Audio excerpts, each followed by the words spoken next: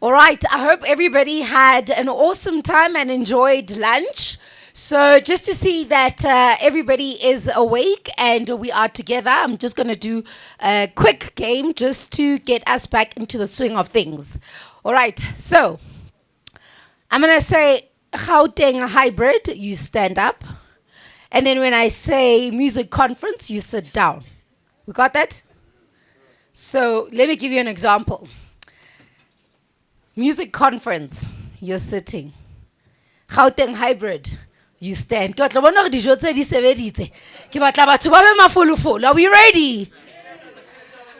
Huh?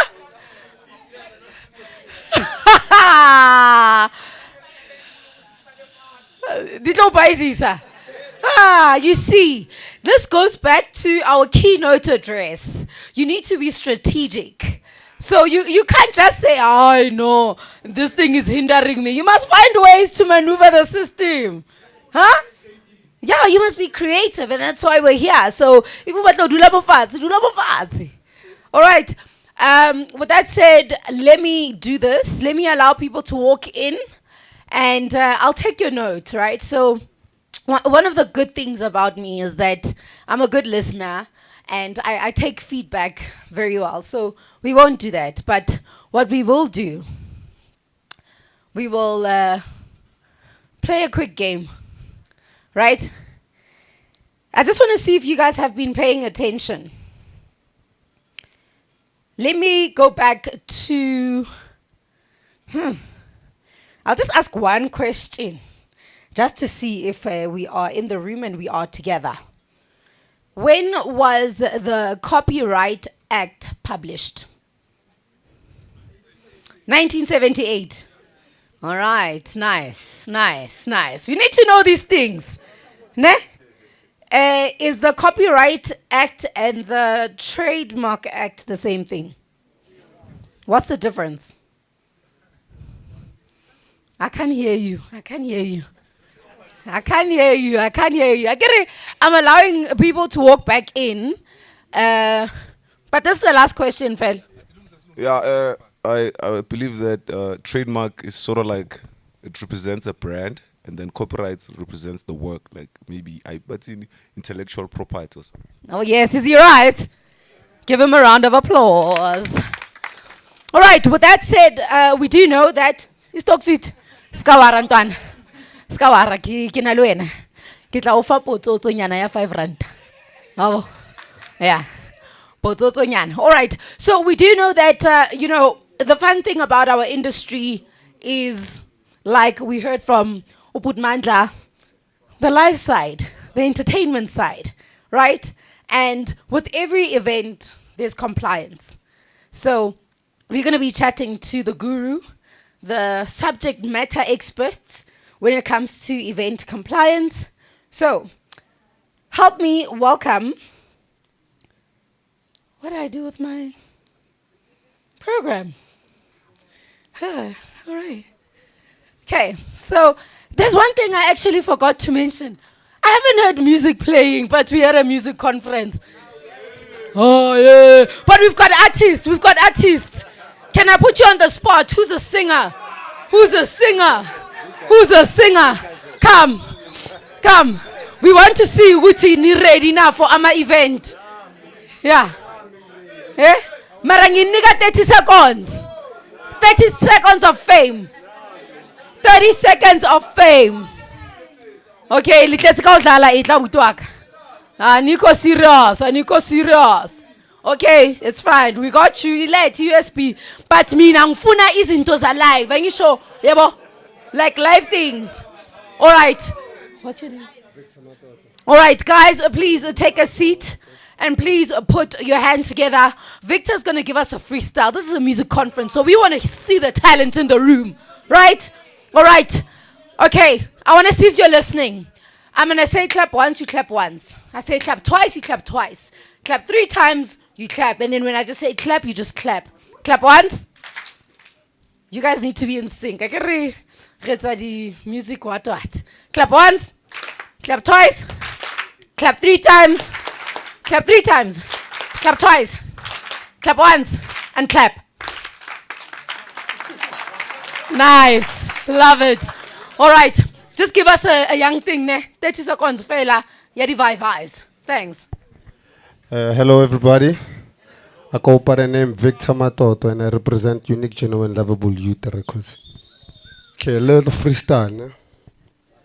But kipi yo lesistimela semali lane goli mina ngizela imali njengamasomali ikatilele ziko emakhaya vele sikhule sisafara clever chesavuken makaplan manje sengikhulile kumele ngiphande ukuphuma enhluphekeni kumele ngizame nami kumele ngilwele ikusasa lami ngebhayi trans nedladla nami njengontanga bami bare mshito utswela pele ntshwena ayinyaka ipelo faka amazipho mara ungafaka imbilu Josi Maboneng ayinyaka urata dilo on the road to riches and the cliques nasilo from a tabu teach zero to a kedo hero ngigijimisa imali ngathi ngiphusha amakhilo bazwa ukushisela banamanga dressed in all black sezakhala ngathi kunesifo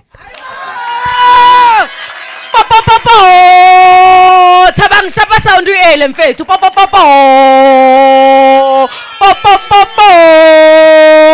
No, that's what's up. That's why we're here, right? Yes, to also just experience some of the talent. But with that said, somebody who gives people opportunities to, exhibit their talent is definitely Oratile, also known as Boogie Sangweni from Homecoming Events.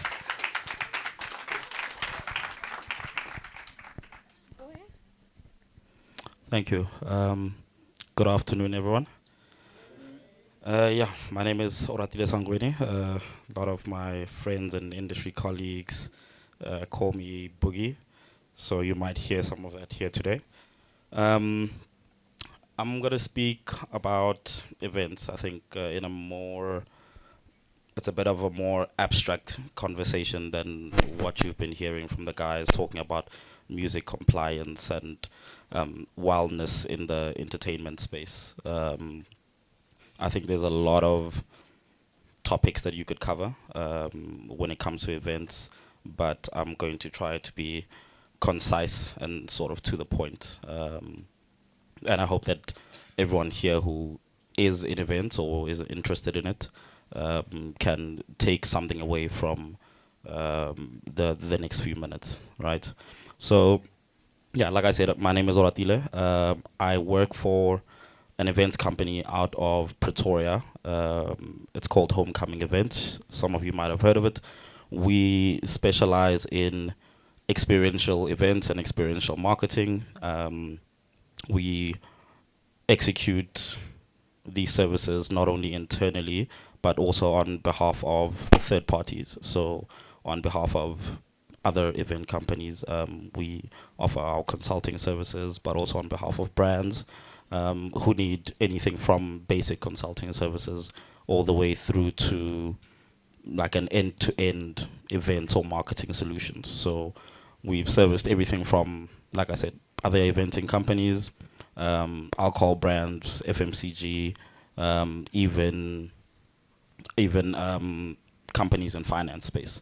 So because the work that we do is, I would say, fun, and it has a lot of access to market, we find ourselves in a unique position where we are able to link sort of someone like an FMCG or a financial services provider to the consumer base that they're trying to speak to.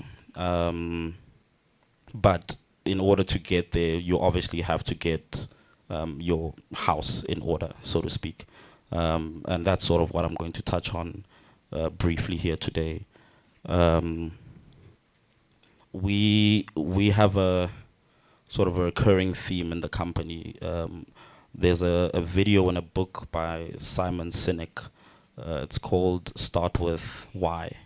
And it's essentially going to be the theme of what I'm going to be speaking about here today.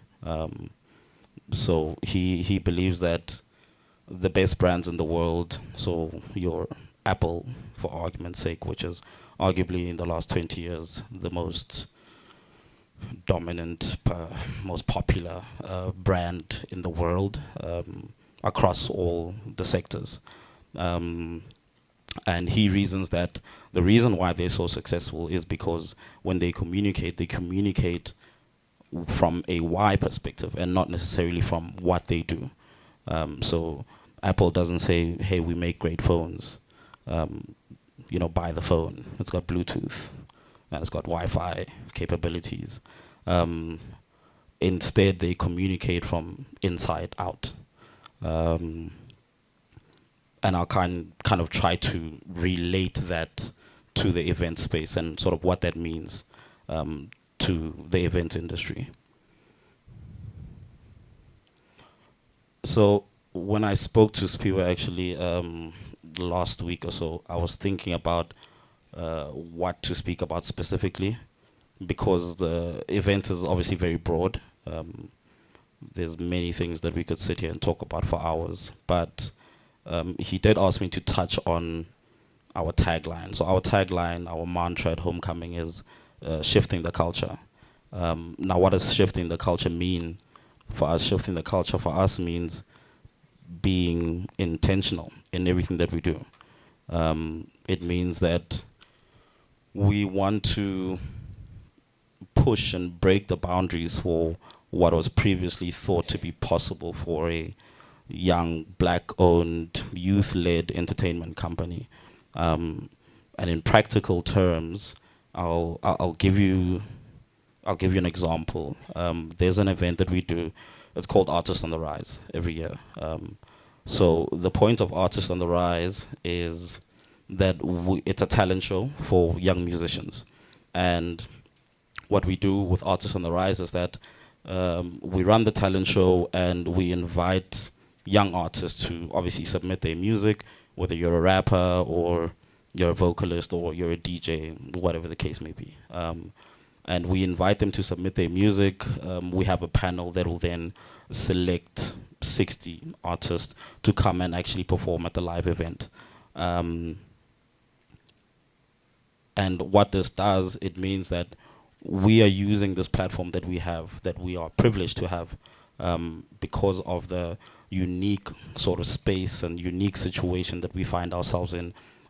We have the privilege to be able to give back to the communities that ultimately serve us. And that is our why. So Artists on the Rise is not a money-making exercise. We've never had any sort of significant corporate sponsorship. We've never had any TV partners, any radio partners.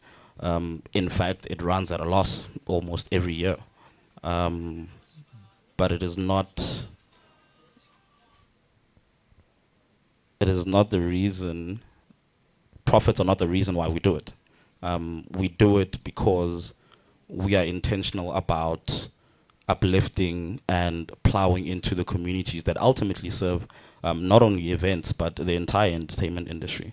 So, what does it mean for us if we aren't able to find or help someone on their journey to becoming the next vocalistic who started at Artists on the Rise?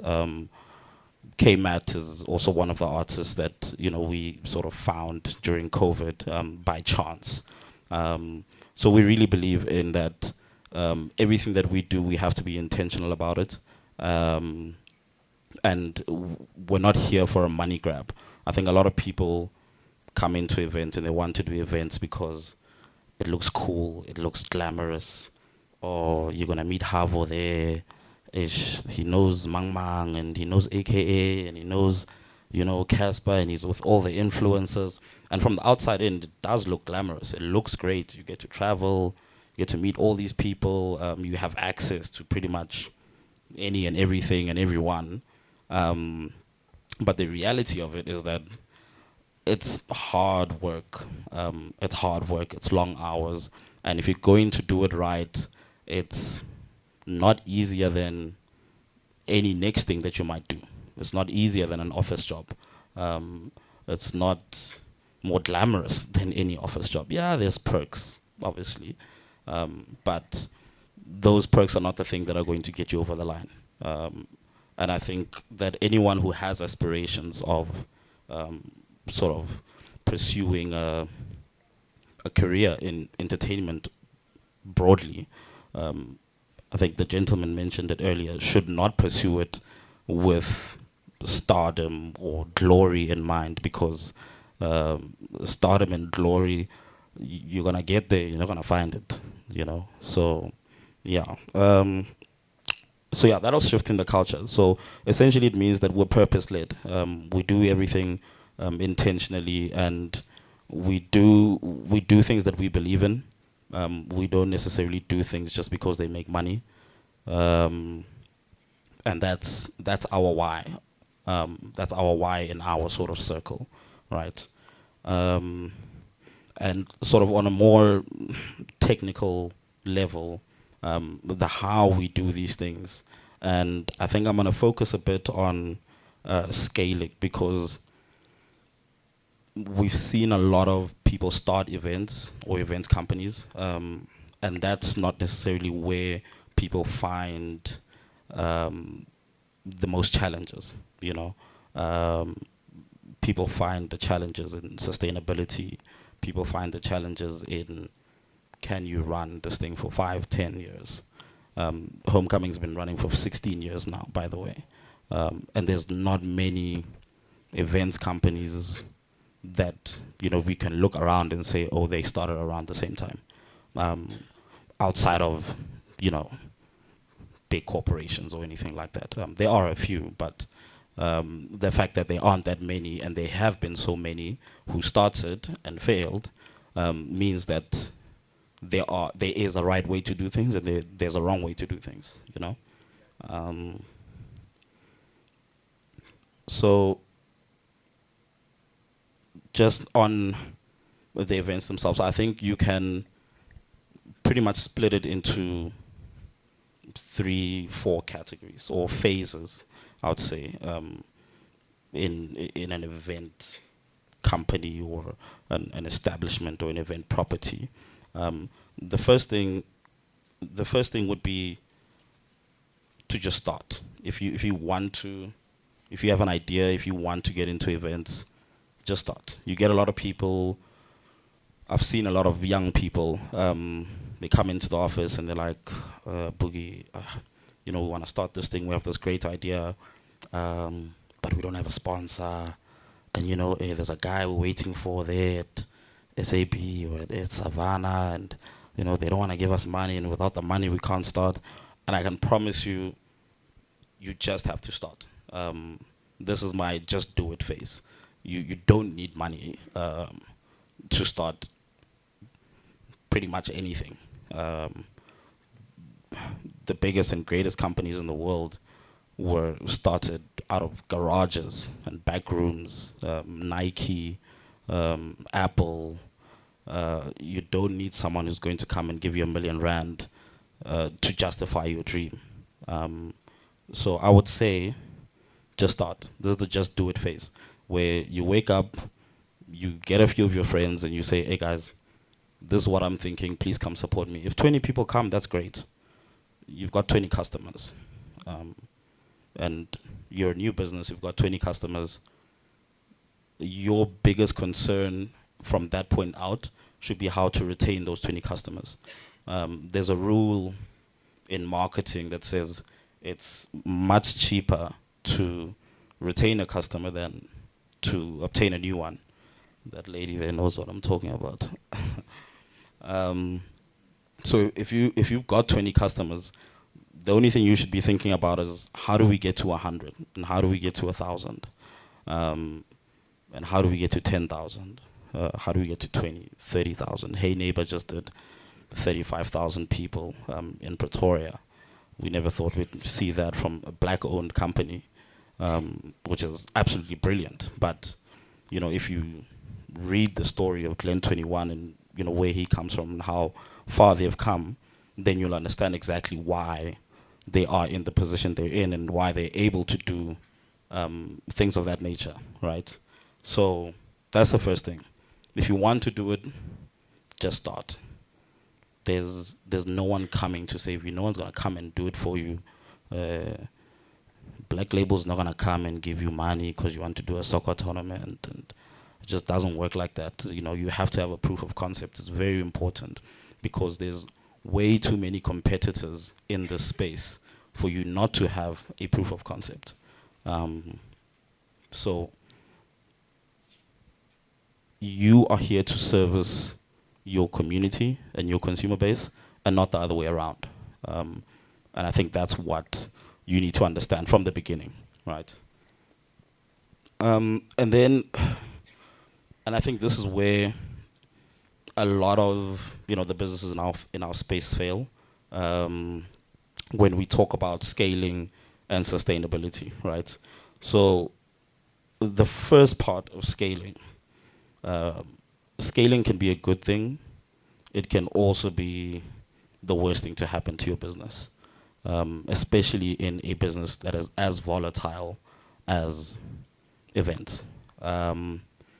So, okay, now you started this thing and you've got like this monthly event. You've got 1,000 people who come to it every month. It's fantastic. It's working out, right? You've been running for a year or 2 years. And now you might be thinking to yourself, okay, well, we can do 2,000. And you might not be wrong. You could very well be right. Maybe you can do 2,000. But before you make those decisions, you need to think very carefully about what the impact of that scaling is, right? So what does it mean from an operational perspective? What does it mean for the sustainability and longevity of your brand or your event property? You essentially need to balance the evidence that you have on your hands, because now you've got this proof of concept, right? It works. We know this thing works. It's been working. You need to balance that evidence against your goals and your values, right? So you go, okay, we want to go 2,000 people. We want to scale this thing of ours. But what does scaling do to the business? Even if you're making T-shirts, does making more T-shirts hurt the business or not? Sometimes less is more. Sometimes more is more, but knowing the difference could be the difference between, a successful event company and an unsuccessful one completely, right? So you need to know, okay, with the evidence that we have on our hands, what does this mean for the company? Are there intangibles that could be affected by scaling? An event of 2,000 people and one of 20,000 people is vastly different. And the dynamics in the event, maybe the thing that made it what it was, could be lost in that scaling, right? And it's very difficult to scale back down. Scaling up is easy. Scaling back down just means you're losing money, right? Okay. And then after that, you get sort of an optimal scaling point within your events. So what is the sweet spot? What is the number that absolutely works? Sorry.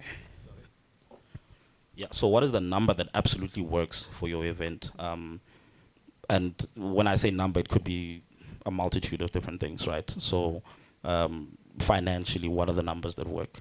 From a budgeting perspective, sponsorship, how much are you actually able to raise for this particular thing? Because, you could go from 1,000 to 2,000, doesn't mean you're going to make double the money. Sometimes you go from 1,000 to 2,000, but because you need to pay for more things, you need to pay more security, you need to pay more artists, you need to pay for more toilets, you need to pay more money for compliance, for more medics, you might find yourself in a position where you're actually losing money even though you're doing more people. We've walked out from sold out events and you wake up the next morning, you look at the numbers, you're like, damn, we didn't make any money? It's like, that is crazy. So more is not necessarily always more. There is a sweet spot that you have to find, and that sweet spot is advised by the evidence that you have. We're in an age of data, so I'd say even to the musicians, to everyone in the room really, data is your best friend. So use as much data as you can to help you make informed decisions in your companies, right? And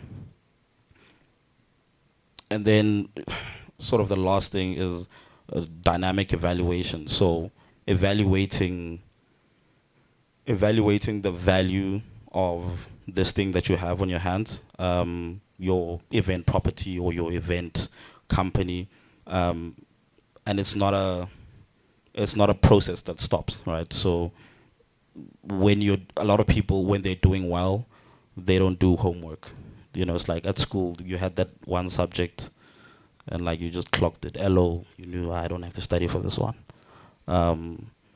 So that's what a lot of people treat their businesses like that. You know, when they're doing well, they don't do the homework, and then all of a sudden you find yourself in a decline, and it's a panic, and now you want to start studying and researching and doing all of these things that you should be doing anyway. So dynamic analysis is exactly that, is that before you make decisions, during your decision-making process, and post event, post whatever you're doing, post your quarter, post your annual reports, you are always analyzing and trying to tweak this thing to get as close to perfection as possible, and to find problems. It's troubleshooting, right?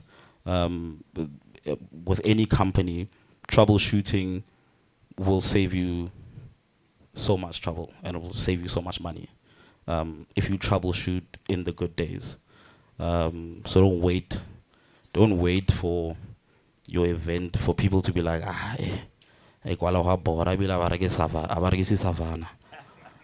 now you wait for that day to come before you actually start addressing problems.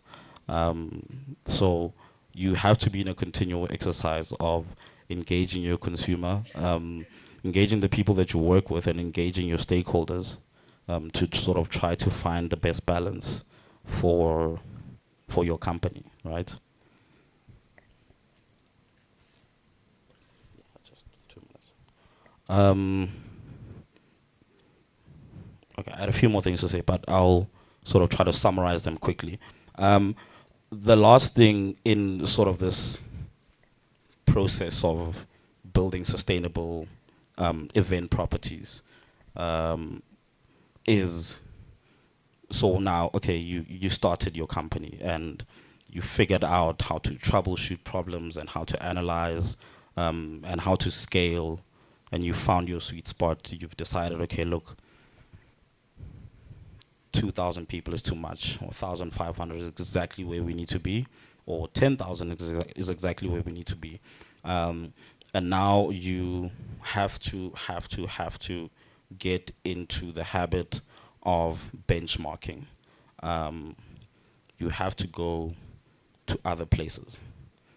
If you're doing an event in Soweto, and it's great, and it's the best event in Soweto, if you never go to any other events outside of Soweto, you're going to keep doing the same things. And then eventually people will get tired. So take money out of your pocket and benchmark. Go to Rockin' the Daisies. Take out the money and just sacrifice that Hennessy bottle, that VSOP, whatever you're going to buy. Take that money out of the company and put it towards benchmarking. Go out, see what other people are doing, see who other art people are booking, see what the different designs look like, see what the different layouts at different events look like. Benchmarking also helps you with your suppliers.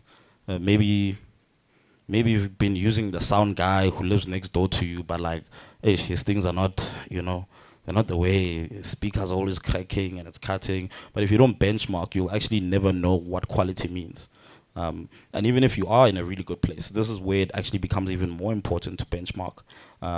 Because when you are really good, when you are the Apple of the day, when you are the iPhone, it becomes even more important to benchmark, because you need to understand exactly who your competitors are and what they're doing in that space.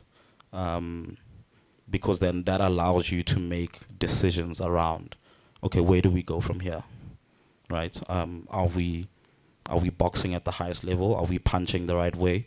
Or are there things that we could improve? And what are those things?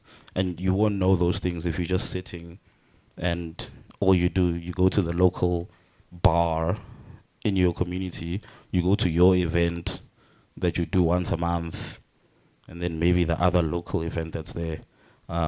It doesn't really help you. So you have to take some money out of your profits and put it towards benchmarking, put it towards research.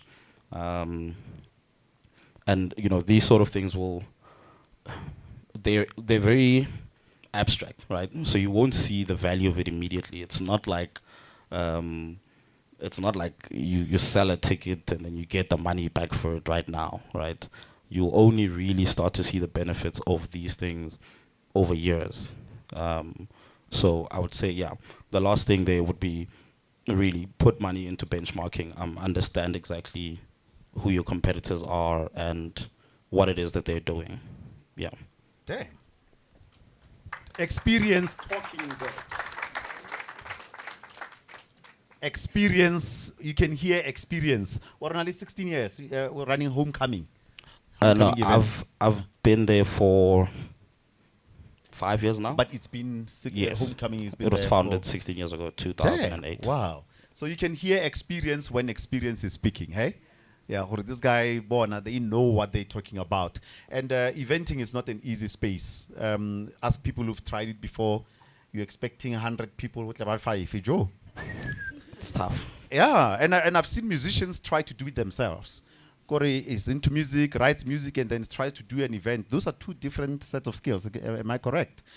And I suspect that people here would want to know, how do we get booked? Also, because you know, the artists are struggling sometimes, so but we never get booked. So tips on how to be booked. Yeah, so just on the first one, we do see a lot of musicians trying to do their own events.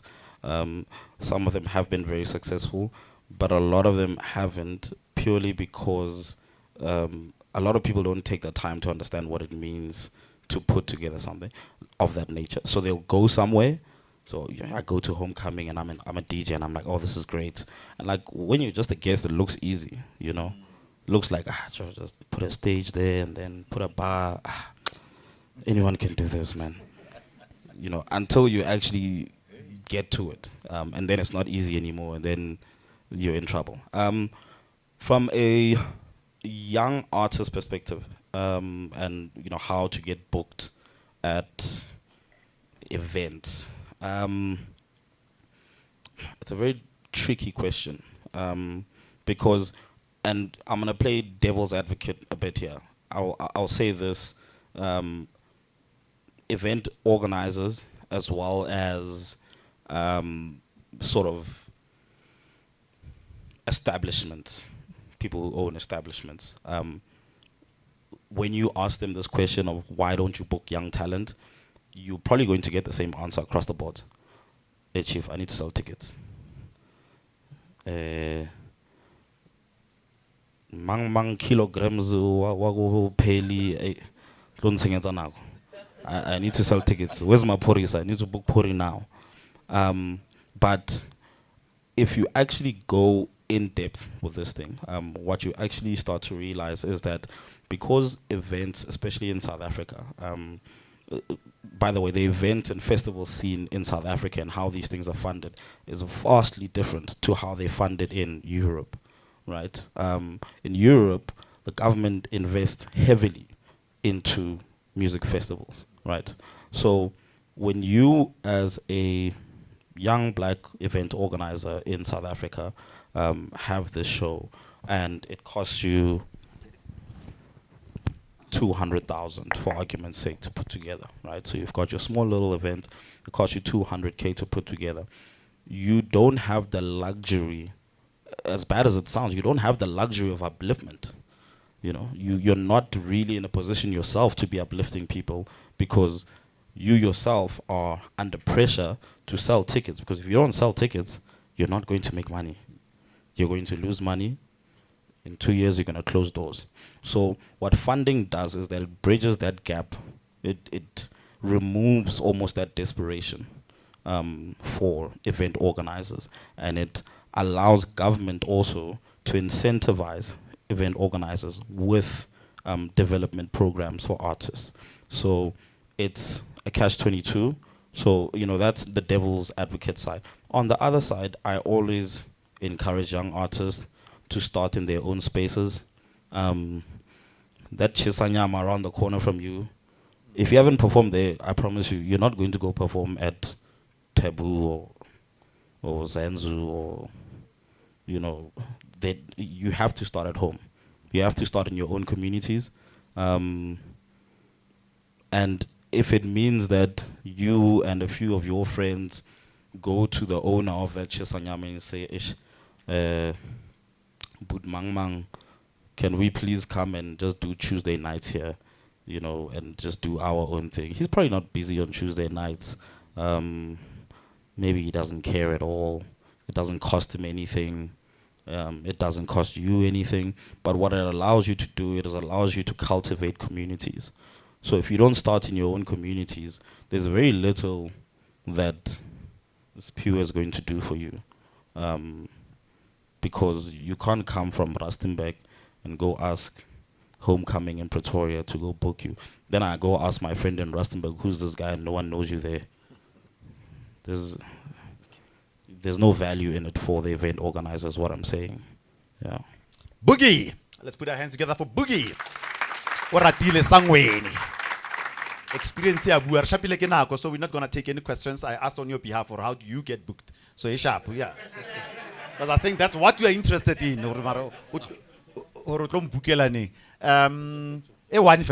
Yeah, because guys, it's sharply like now. It's sharply completely. I recommend gift here, Boogie. A quick question.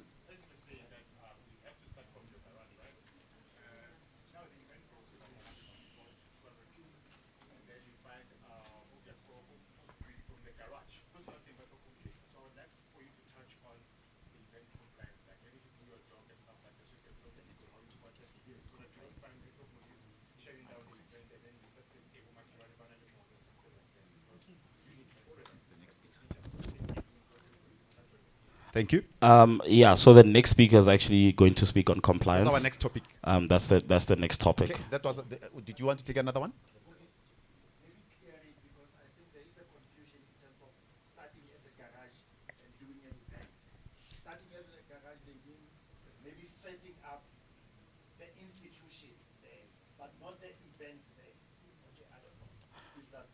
Okay, let me try to answer the question. So we need to get into the habit of professionalizing the things that we do, right?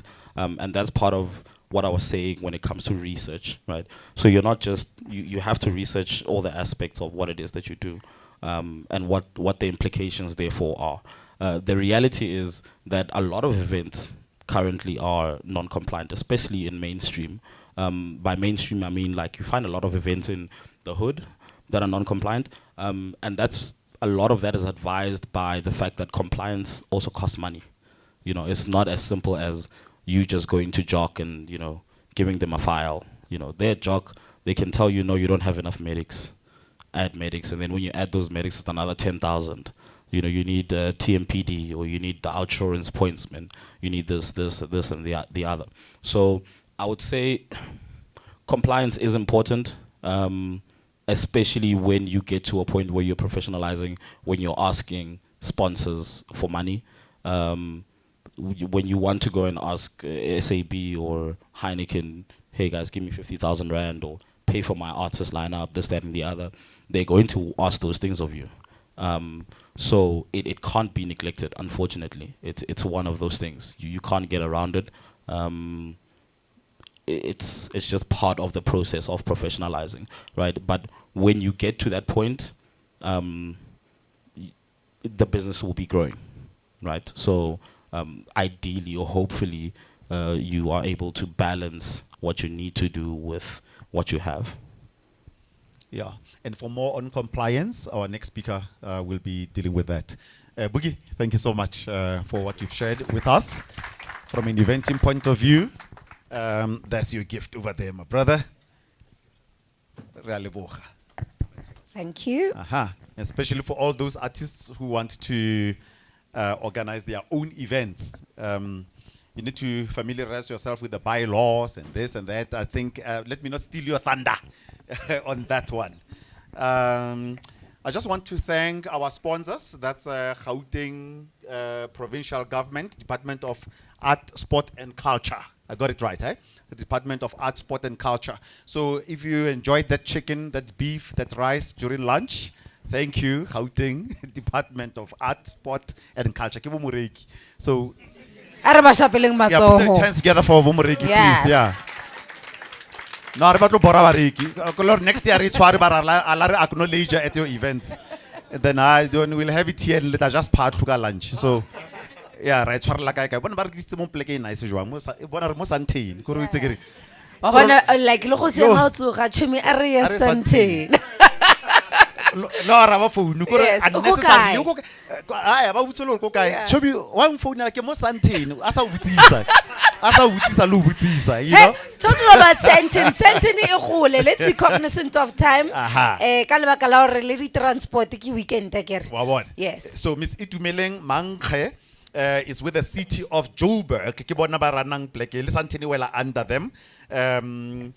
A world-class African city. Are you still there? Do you guys still call yourself a world-class African city? I know I used to do some events for you guys. Of course. I mean, remember what we were saying, Kalanch. We are remember. sitting in the richest square mile That's where in we are. Africa. Yeah. Bianong, auswaka compliance na kutsi ding ba triketse tsa dilo fela o itse be le tlo romela maphodisa ba tlo re tshwara re thuse mo.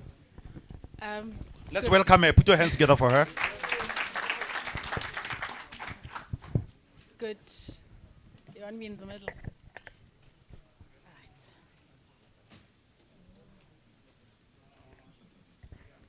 Good afternoon to everyone. My name is Itumeleng Mangkhe. I'm currently the Deputy Director responsible for events compliance in the city of Johannesburg. I'm also the co-chairperson for the city events JOC. I've been in the eventing industry, this year marks 20 years. Done events. Wow. Yeah. I was fortunate enough to be afforded with opportunities to do events in Africa, Europe, and South Africa. And the work that we do in the city of Johannesburg, it's quite massive.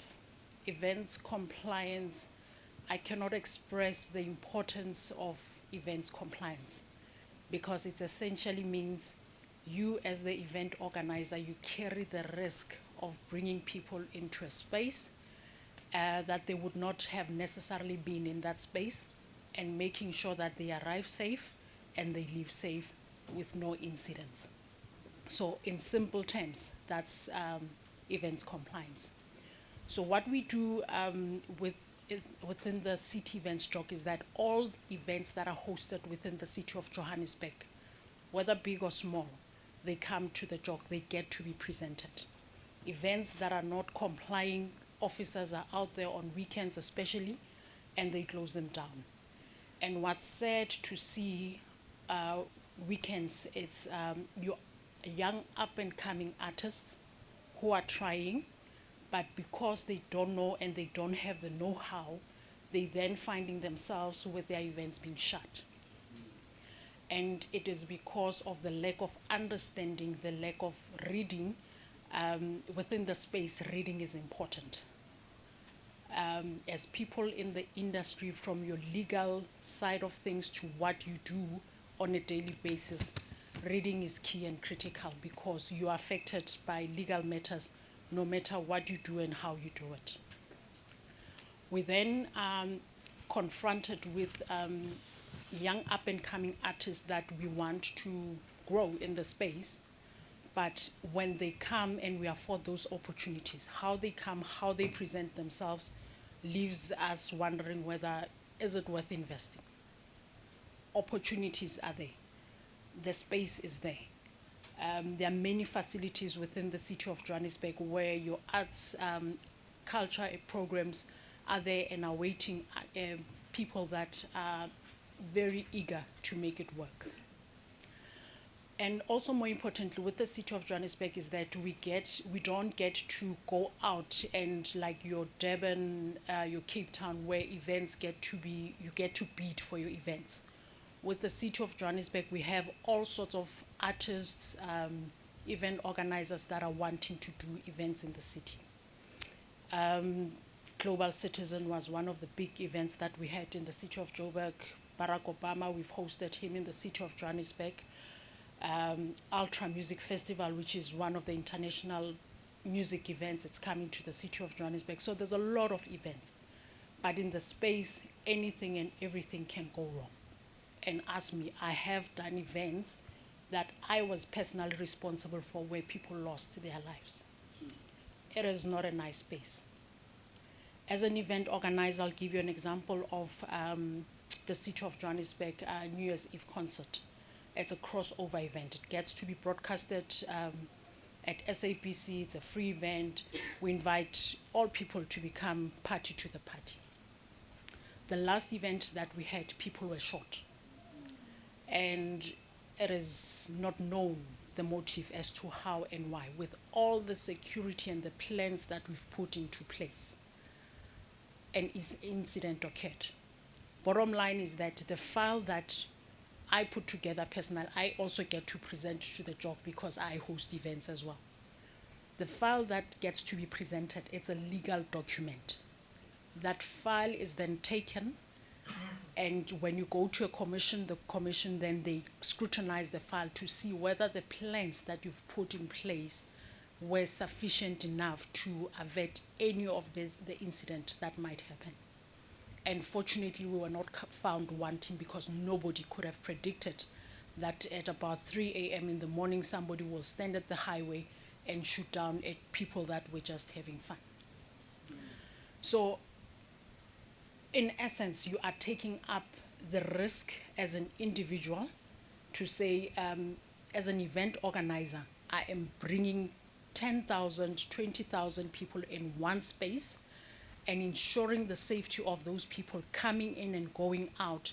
It's key and critical because anything can happen. The event that is going to be hosted next week, which is Ultra Music Festival, there is a hospital that gets to be built within the music festival. And the reason for that is because of the level of alcohol that gets to be consumed by the patrons that are coming through. And this is based on experience because over the years we've seen alcohol poisoning can easily get one killed. So with the hospital that gets built, say you have had enough fun and intoxicated to a level where you cannot walk, then they will take you in and try to rehydrate you and get you back to normal. So it's the risks that are associated with events that we plan, whether it's your conference, whether it's your meeting, whether it's your music festival, it's paramount. And as some of you are artists, it is key that when you go to those events where you get to be invited to perform, check if those events are job compliant, because some of them, the stage gets to be built by somebody who's also trying to be somewhere just like you.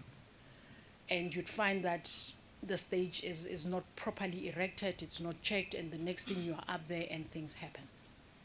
So it's quite an important space for one to be with. And with the work that we do in Johannesburg is that it's a committee that sits together. So the Joint Operations Committee, which is the JOC, comprises of city events, entities and departments that offer service delivery services within the city. So you have your Joburg Water, you have your City Power, you have your Metro Police, you pick it up from waste management point of view, you have your EMS fire safety. So all these key people, they all come together in one to assess the files that you're bringing. But as an event organizer, your first point of departure when you're organizing an event is that you then need to apply for a Section 6 application with the South African Police Services. And what that application does is that SEPs, they then look at what the information that you would have provided to say, I'm planning a concert, it's for 60,000 people, it will be at Nasrec, these are the artists that will be coming through. So based on the information and also the caliber of people that are coming, if you have more than 10 artists which are draw cards, it warrants then a different risk that will be allocated to that. And not necessarily because of the artist, but what would be happening. Nasrec is close to Soweto. Say in Soweto there are protests that are coming up now and then. That event will be created a medium risk event. With a medium risk event, what then happens is that the committee comes together with South African Police Services. A SEPS authorized member gets to be appointed to oversee your event safety and security plans that you would have put together as an event organizer. So essentially, we are coming out as officials to assist you to put together your event and ensure that you deliver a safe event. And I heard that jog services are costly.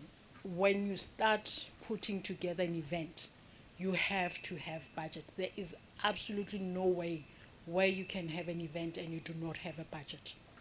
And with jog-related matters in terms of finances, it's important that as artists, as event organizers, you understand how our government is structured. You have national government, provincial government, local government. With local government, that's where you get all the services that are related to your event, unless if any of the spheres of government are sponsoring your event like the one that we are in today. With the local government, the services that are being offered, it's your JMPD, which is traffic management services. It's your EMS, which is your emergency management services. Then you have your Johannesburg Roads Agency for road closures. But in Johannesburg, we had said for a long time no to street events. So we do not do any of the street events. So with those costs, because the costs are approved by council, none of the committee members have mandate to waiver those fees. So based on what you would have provided to us on your application for your event, then you will be quoted accordingly. The mistake that event organizers do is that, and why the jog is perceived to be expensive, is that you get to, because people don't want to know how to do and how to learn, they then go to an ex-company to say, because you've done that event and your jog was compliant, please do it for us. It's an easy exercise. It's all in the reading and knowing. And once you know, nobody can take that away from you. It's a skill you acquire, you have as an event organizer, as an artist, and you will then grow further. What these companies then do is that for each file and to run around and do everything, they charge you a lot of money. And then perceived that the job services are expensive. You might find for your event, all you needed to pay the municipality was about 5,000. But you end up paying your 30, 20,000 because you've hired somebody to only do that job process for you. But also key is that you cannot compromise the safety of your event. Critical, your COA certificate in terms of health and safety, the food that you're giving people. Also with the traffic management, people coming in and out, the security that is needed for your event. So there's different types of security guards. They are needing to be CIRA accredited, and they are needing to be event security, because not everybody is an event specialist in terms of crowd management and dealing with crowds and dealing with people that are intoxicated. So you need a security that is graded, that deals with events. Even with your medics, you need a medics that will give you a metrics in terms of how your event has been graded as a risk and how you are going to, they're going to give you their services. So you might think that one ambulance is enough. It is not enough. For soccer matches, we have 3 to 4 ambulances on site, including your medics inside the stadium. So it then tells you that different events warrant for different medics to be on site. So it's quite an interesting space, and Sfiso did not do justice to this session, because there's a lot to learn, and to learn about what each department does and the service that they offer in terms of making sure that the events that you are planning are safe. And what happens in Joburg and in Tshwane and in Ekurhuleni, 2 different worlds, because we in Ekurhuleni you just send a form and then they just look at your file, but with us we sit with you as the event organizer, we guide you so that with all the events that are happening, we know that we can account to say, today there's an event at Max Park, these are the issues that are happening. If residents are complaining, we are able to contact the event organizer to say, in terms of your sound, that's another thing that you need to know. There's an acoustic engineer that gets to be appointed so that sound levels, if your event is within a residential area, they are not disturbing residents. So there's quite a lot to learn. We are governed by the SASRIA Sports and Recreation Act 2 of 2010, and also the City of Johannesburg bylaws and other related bylaws that we work with. So it's a skolo on its own. So you're needing to give it attention and go step by step so that you understand the legalities and the implications, because Section 4 of the SASRIA Act states clearly, if your plans are not in place, you can be arrested, there's a fine, so a lot is at stake. It's the risk that you carry as an event organizer. Thank you so much, Ms. Itumeleng. Is there any way, on any digital platform where we are able to access, all the governance and procedures, policies and processes that one must follow to ensure that an event is compliant? So in the City of Johannesburg website, there are guidelines that are guiding event organizers how to stage events. But also what I'll do is that I'll forward Sfiso all the information so that it's packed in one. So just in summary, you said it's the City of Johannesburg website. Yeah, www.joburg.org.za. All right. Thank you once again, ladies and gentlemen. Please put your hands together for Ms. Itumeleng. Thank you very much. That was very insightful. And, as we know that in everything that we do, I think today that's just been the order of the day, in understanding the nitty-gritties and, following mulao. Kaobani, hey, mulao oh. We'll get into big trouble. All right. Up next is a part that we all, need to pay attention. I know it's been a long day, and after eating, we feel a bit sluggish. So this part is very important. We are going into our next item, which looks at brand image as well as artist management. So without wasting any time, I'm gonna ask you guys to help me welcome from Prime Hold Samora, aka Havoc Kumalo, as well as Ms. Lebogang Khotadi from 2704 Creative House.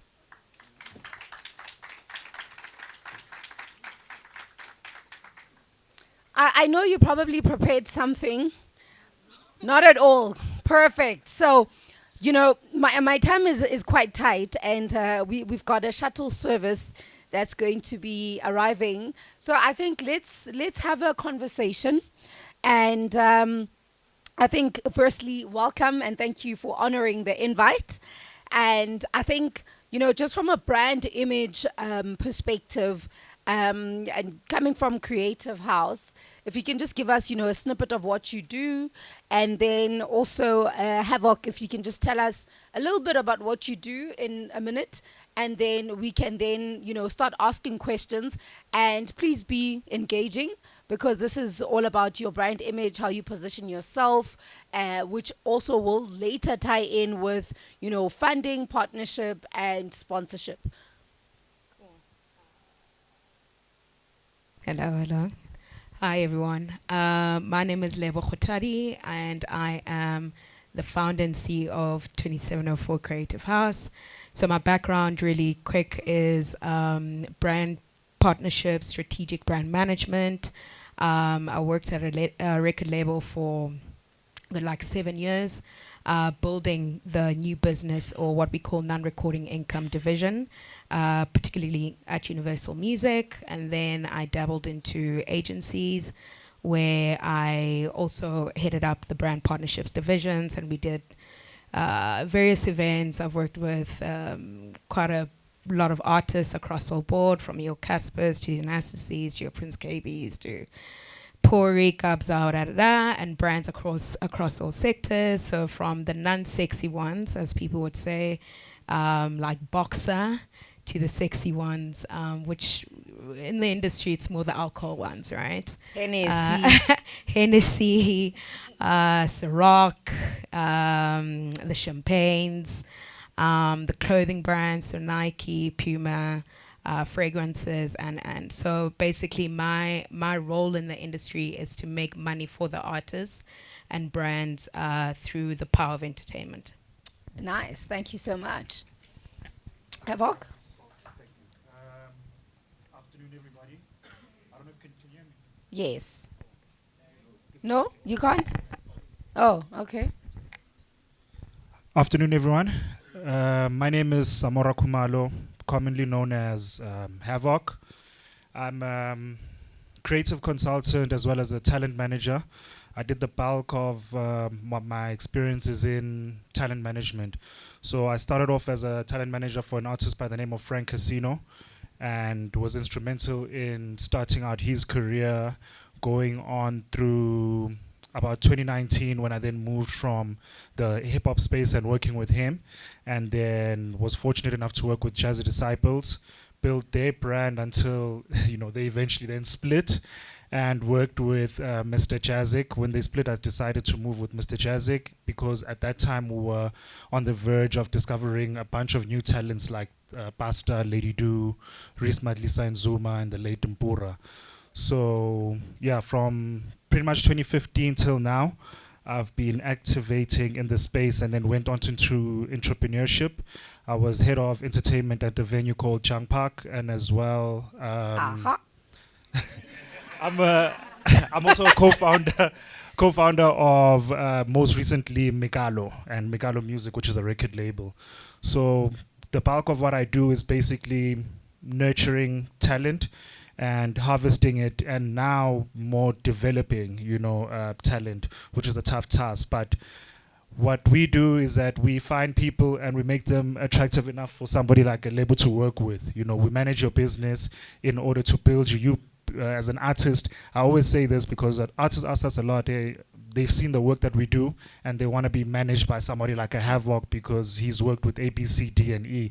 But more than that, it's all about like everything that I've done. I've never really made an artist, I was just a custodian to their vision, They're the ones that guide me in a sense that they tell me what they want to achieve and I find ways to make that happen. So that's the most important thing.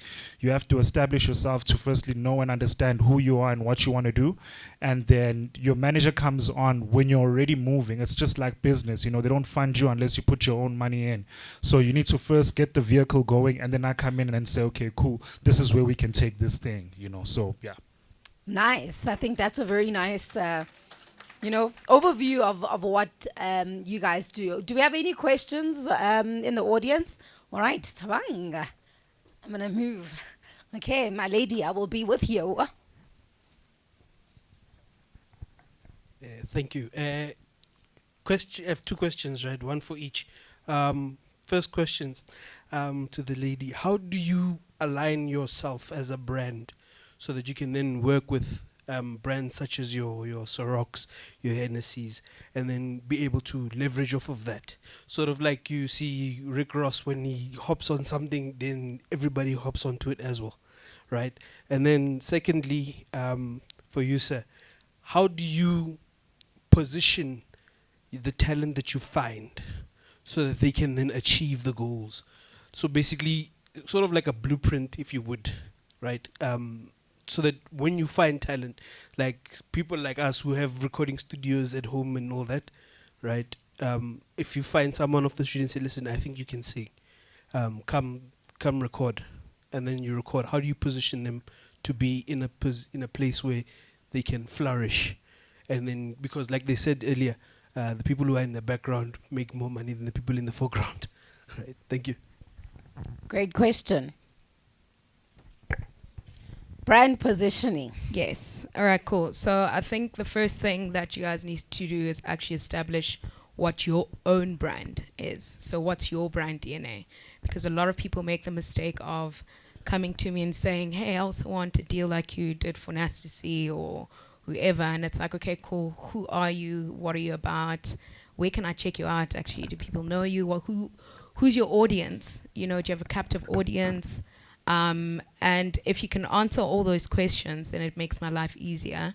Then I can match you up with a brand that makes sense to your brand. Because once you blanket approach it, you're shortchanging yourself, right? So you can't take Dr. Rebecca Malupe to a Hennessy. I'm not saying she shouldn't, but you know what I'm saying? So you need to really align with the different brands' DNAs. Establish yourself first, know who you want to work with, and because a lot of brands also want to leverage off your brand, right? So it's like, it has to be a win-win situation. So if you've got a captive audience of 18 to 24, and there's a brand who actually wants that audience and want to tap into that, then it makes it easier for strategies to align with your brand. So really the long and short of it is, what is your brand?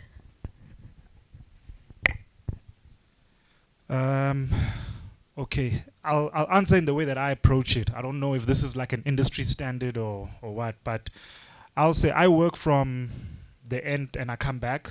So it's all about understanding as an artist, where do you see yourself? You know, where do you want to go? Then from there we can identify what we need to do to get there, you know. And that goes across the board in the sense that when you start creating, for example, music is obviously, or art is an emotional expression, right? So when you start making music because this is what you feel, this is what you open up your computer and decided to make, right?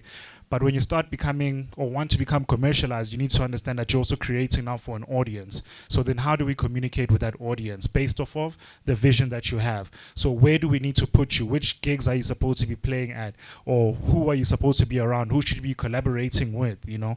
So we look at things like that, like it's a step by step. We grow your brand in terms of understanding who you are, where you want to go to. We plug you into certain regions depending on obviously even metrics. You know, another important thing that people don't know is that it's not just about emails and what you're seeing on Twitter happen, you know. You need to go back to your distributors and look at your numbers and see where your music is being played, if it's being played. And to go back to even a matter of funding, the most important thing is to get people to hear you. That's how everything starts, you know. So you don't have to rush to get like a record label or a distributor to take your music out. Put your music out on SoundCloud, you know, or any free platform, you know, because even from that, what it helps you with is that you get data back that then governs the steps that you need to take, you know. Then we move, you can be an artist that's more inclined into fashion, you know, then we move you into spaces like that. We'll hook you up with either going to places that bring you around fashionistas or events that put you in spaces with like-minded people, you know.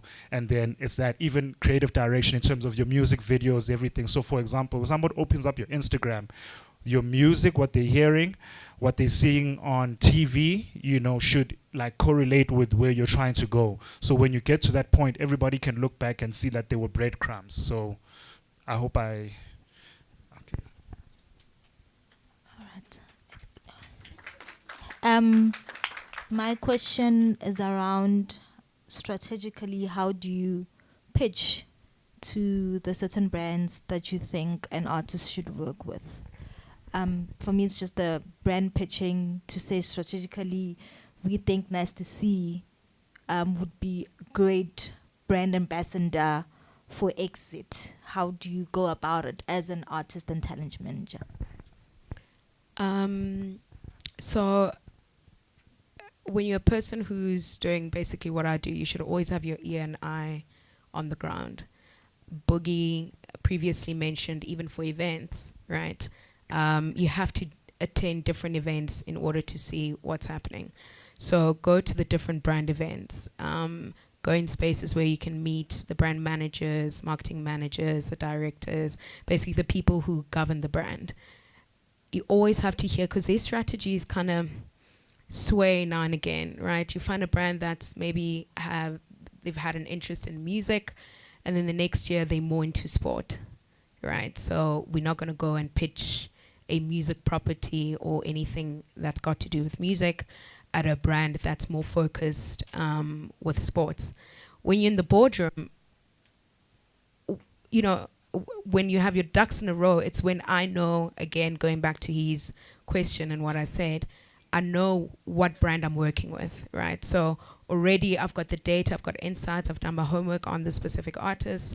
There's proof of concept via, from radio, who's playing it? Is it a youth station that's playing this guy?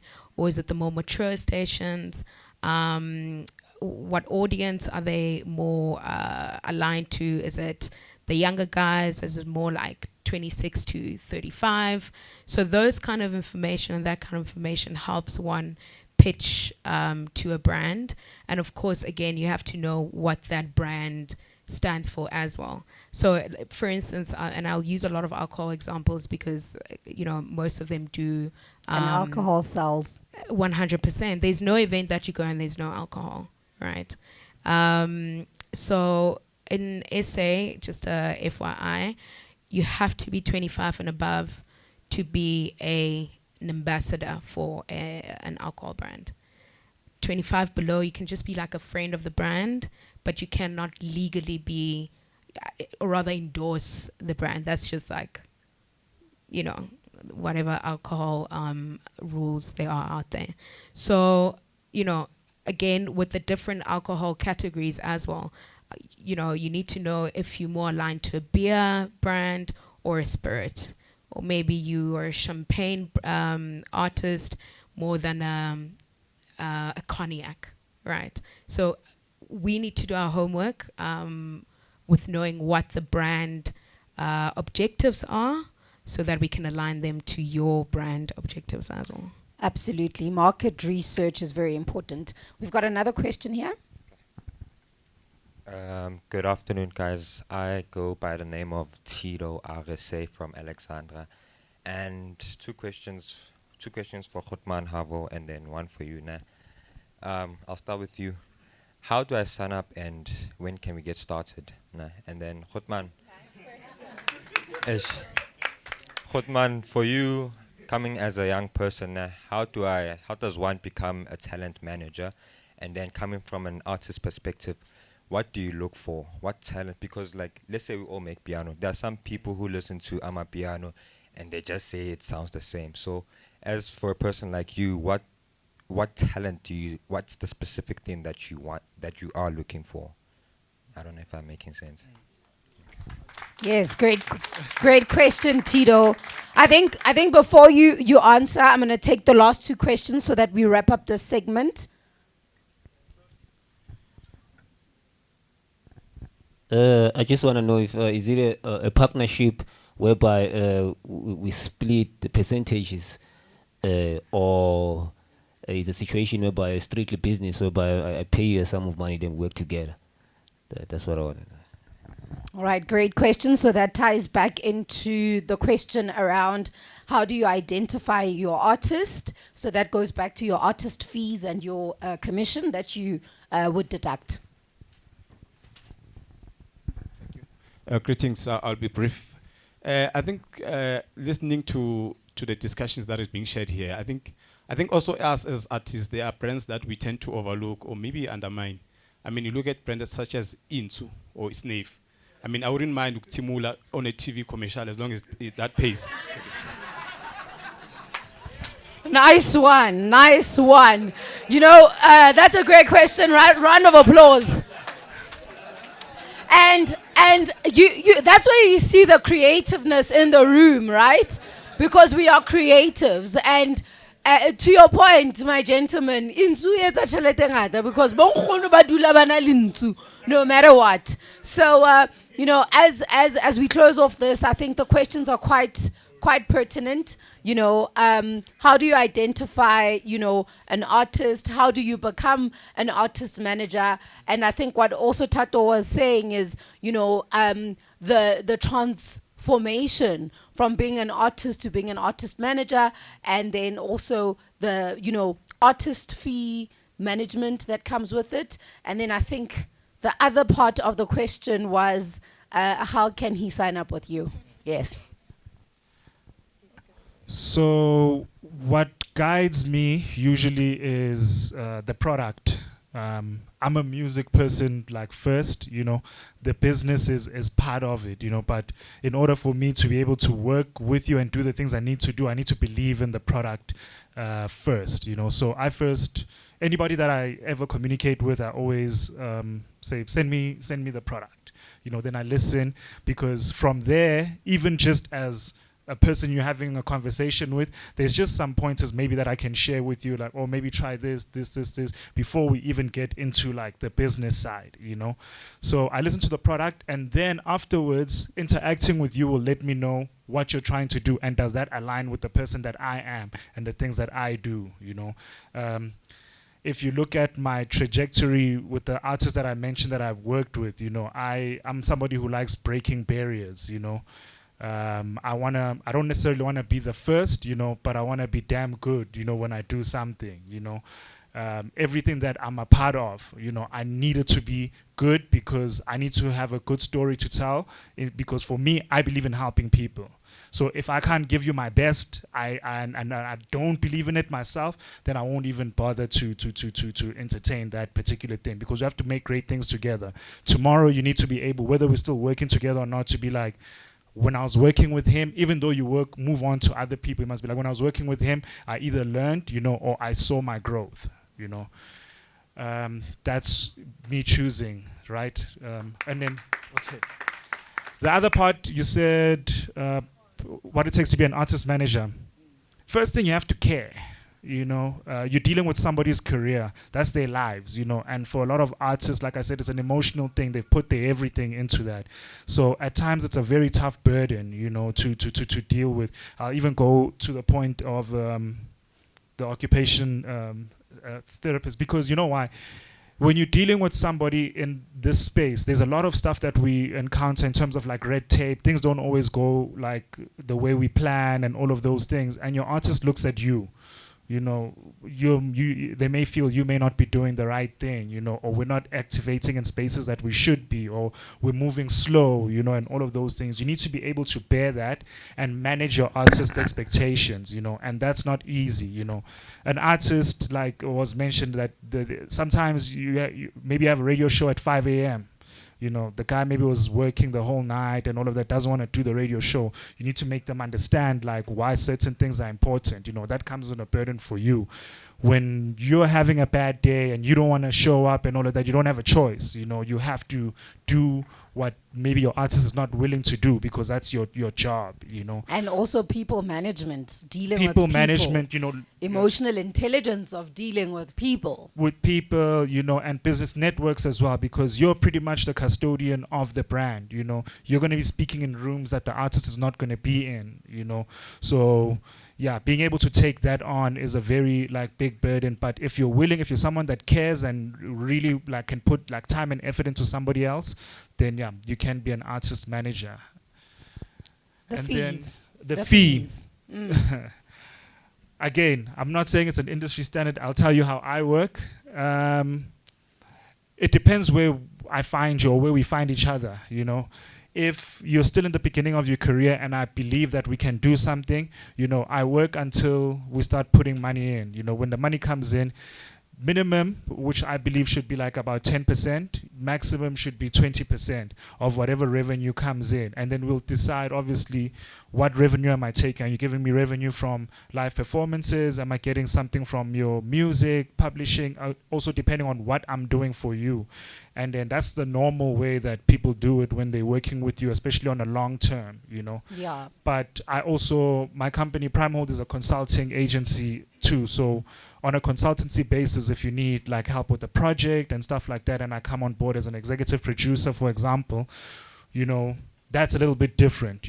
That's usually for people who actually have funds, because for that to happen, there's radio, there's media, PR, and all of these things, photo shoots and all that, because there you're kind of like I won't say a polished product, but you're a product that's moving, that believes you need like just that catalyst, to take you to the next step. Thanks for that clarity. I think it's very good to know that there's a difference between consulting and artist management, where consulting now, an artist can come and say, this is what I want, or this is, what I'm working on, and I need your expertise. And then you are able to then put together a cost estimate to say, okay, if you want me to get you on the following radio stations, the following TV, prime time, ad time, whatever, this is how much it will cost. So thanks for that. Oh, and sorry, can I just also mention one very important point that gets a lot of people confused in terms of artist management. Your manager is somebody that manages the business. So it's very important to understand from the beginning, when money starts coming in and you start growing, that your manager is not your all saver. It's not the person who's supposed to be answering your emails, doing your bookings and all of that. They should be dealing with the business, cultivating the product and making it make money. You need to be open to splitting a lot of a portion of your money in order to make more money. You need to get somebody who's going to come in and do your bookings and your admin. You need to get somebody in who's going to do your PR. You need to get a lawyer. You need to get an accountant. Your manager can't do, or everybody wants the manager to wear all those hats, and it's just not possible. Also because you guys don't pay managers enough. So the one thing that I believe in is ownership is cool. It's very nice to own a large chunk of something, but it's useless owning a large chunk of something that's not as valuable than splitting, percentages with people and getting a bigger chunk of income. Just to piggyback off your answer now, and part of what I'm going to answer is having a team is very important, because that's where I also come in. Where managers are split so thin, they're on the road, they're doing bookings, they're looking after finances, they are your PR and. By the time I come in and go, hey, I need to use Chazik for something, your head is all over, you're not focused. Obviously, the musician or the artist needs to also just concentrate on their craft, right? Because we want the music. You probably have gigs back to back on weekends, so what's your team doing? So it's very, very important to have a team backing you up, and that's where your brand will grow even stronger, because at least there's someone who's looking at all the aspects of you as an artist outside of just a manager, looking after the business. How you want to work with me, I can give you my email address. We can chat. But again, just think about everything that we've just said now. Do you have a team? Do you have a brand?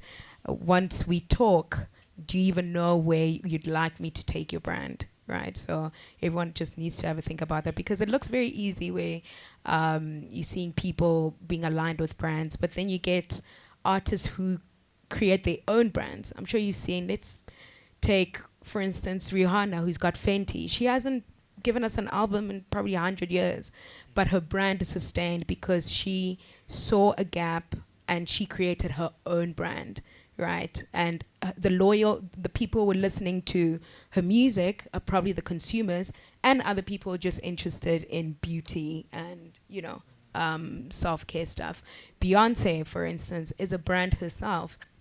Excuse me, she's giving us music, yes, and performances, but she's just launched, for instance, a hair product. So she's diversifying herself, and she didn't have to wait for a hair brand to go, hey, may you please be our ambassador, da da da. She wanted to build her own brand, and that also takes time and strategic, thinking with the rest of your team. Absolutely. I think, the key takeouts here is, identifying your brand and also having a team behind you, because, with teamwork, with a team, the dream works. Teamwork makes the dream work. Yay! It's been a long day.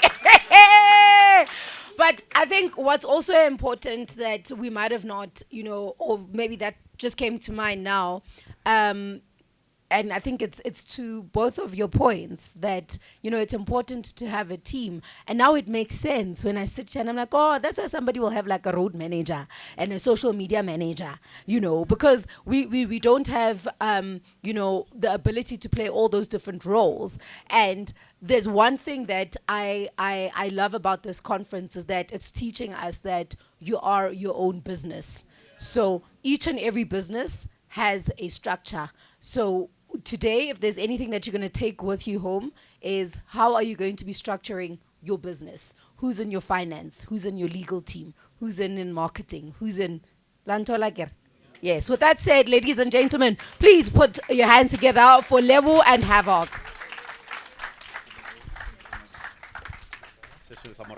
Thank you so much. All right, thank Phew, you. it's been a long day, hey. We're moving, yeah. Yeah. But don't worry, we're on the last segment. Yeah. This is the last one. Plus, we're starting late anyway. So, Rakwala, guys. And there's no way we cannot have this segment because in Alumureki Moyona, in Ali sports and sports arts and sports arts culture and recreation. Yeah, it's been a long day.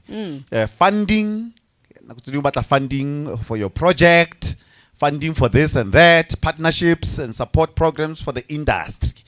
And on that note, we have Miss Yvette Ramalo from Sempra, as well as Ishmael Mtimunye from Sport, Art, Culture and Recreation. And once again, thank you for the sponsorship. So, may you please ascend the stage. I think let's give them the chairs that nice, are over there. That's that nice round of applause. Yeah. Because I know a lot of people would be asking, why is it that my proposal was rejected? They are taking only people from where and where not where. Yeah, it's because they don't like me. Yeah. So let's hear today, how do they analyze these things and come to decisions, or now we fund you or we don't fund you. And for example, they funded this event. How did he do it? You must ask him, but they will tell you more. All right, so we start with Ramalo. Yes, thank you very much. You're welcome. Good afternoon, everybody.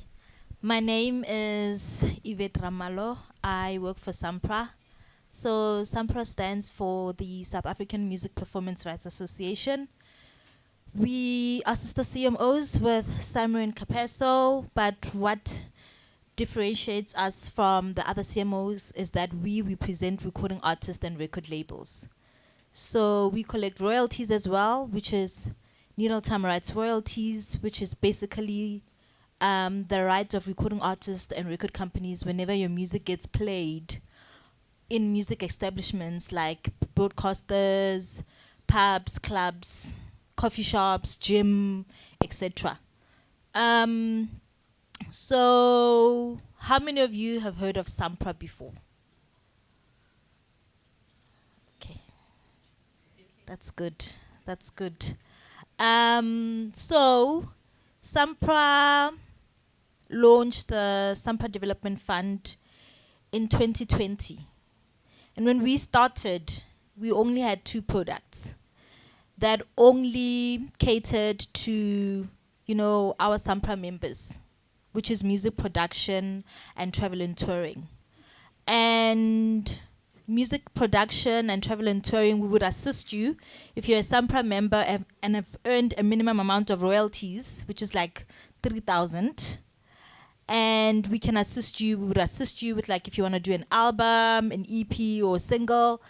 And because we know that collaborations, when, COVID hit, you couldn't do much. So it was to help with that. And then also we launched travel and touring to assist if you are traveling locally or internationally. Then we saw that there was a bigger market here. Like, we care about our members. We care about performer education. Let's expand this more. Let's have education, training, and development, whereby we have our members that we figured out that they do not know the music business. You don't know about publishing. You don't know about contractual agreements. You don't know about marketing. Then we collaborated with the Academy of Sound Engineering, whereby our members can also study there, fully paid by SAMPRA. So if you are a SAMPRA member and have earned, you would able to get that. Then we were like, no, we need to, get this more. Let's take it bigger. Then we launched live events. Live events, we're like, no. You don't need to be a SAMPRA member. Even if you're in the music industry, whether you're a music promoter, an event organizer, a recording artist, you're from the hood, you always do events, let's also help you with that. Then as time went by, we're like, okay, this is going good. There's also people in the industry that are doing heritage events, whereby we are so passionate about preserving culture, preserving the arts. Then we launched the cultural organizations, products that also helps. If you want to do programs that mainly focus on the traditional music side of things, that's where it is also open to the public. You don't need to be a member. So there's some products that only focus, that cater to you being a SAMPRA member. Then there are other products that cater to people who are in the music industry that don't really have to be associated with SAMPRA to that extent. And then we're like, okay, awards always happens, musicals always happen. Let's take it to a bit further. Then we launched awards and musicals, whereby if you're doing awards and you honoring, your legends, you having Amapiano awards, you having gospel awards, etc., you are able to apply. And then we realized, you know what? We don't like to see artists dying like paupers. Let's do something about this. Let's also have a funeral benefit scheme whereby we pay you, who's a SAMPRA member, and your child below the age of 18, and your spouse, free of charge. You just have to be a SAMPRA member. And we pay an amount of 30,000 rand. So all the artists that have sadly passed away, we were able to assist the family in the best way that we can. So I would encourage everybody here to be a SAMPRA member. Yes, it's a bit much to try get the radio airplay, but it takes time, but you'll get there. And then last and not least, under the SAMPRA Development Fund, we've got the retirement annuity savings, whereby if you're a SAMPRA member and you reach the retirement age of 65, you can go sit at home, pamper yourself every single day, every single month, and you still get a retirement savings from us to show that you've done your work in the industry. Now it's time for you to enjoy your retirement. So it's a beautiful funding that we have started, and I'm happy to announce that we're opening applications on Monday.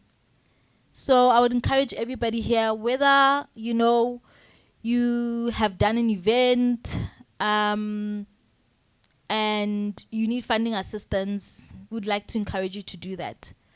Right now, with the education and training, we've also opened it to people who are not SAMPRA members that need the education.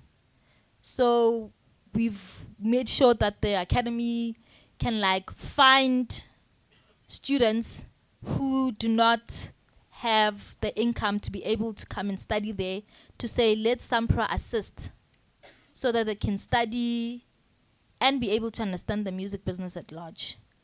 Another important thing that I'd just like to mention is that artists are very lazy to read, and each product has got its own rules. You know what I mean? So the previous lady touched up on event compliance. So I'll just make an example with live events. If you want to do a live event, you must use a venue that is compliant in terms of music. You must have that event, that venue that you want to have your event at must be compliant, SAMPRA compliant with us. And what we mean by that is that that venue must be licensed. That venue must be paying a music license to us, because the music that's going to be played there, you're going to benefit as an artist. So why would we want to collaborate with you and the venue that you're using is not compliant? So if you apply and the venue that you're using is not compliant, unfortunately we'll not be able to, collaborate with you, or your application will not go through. It's the little things that artists are very lazy to read, that they need to be able to read. Another important thing is that you need to have experience, at least 2 years, in just doing an event. There must be some sort of sustainability that we can see that, it's tangible, you're able to do this event, let's give you, the money. the cap amounts for each product differs. So, for example, I'll just make an example with live event. The cap amount is 700,000. I know it's a big money. You want to apply, you say your budget is R1,000,000, and we can only like provide you with like 30%, not more than 50% of your total budget to do that event. We also want to know, how are you going to like do the event and be able to minimize on the other costs that we will not be able to cover. So if you've got other sponsors on board, that's fine. We will be able to consider that. If you don't have other sponsors on board, it's a bit tricky, but we are willing to like be able to see how we can assist you. So in a nutshell, that's the Sampa Development Fund. Our website is www.samprafund.co.za, and how you can apply is through the portal, which opens on Monday morning at 8 o'clock. Thank you.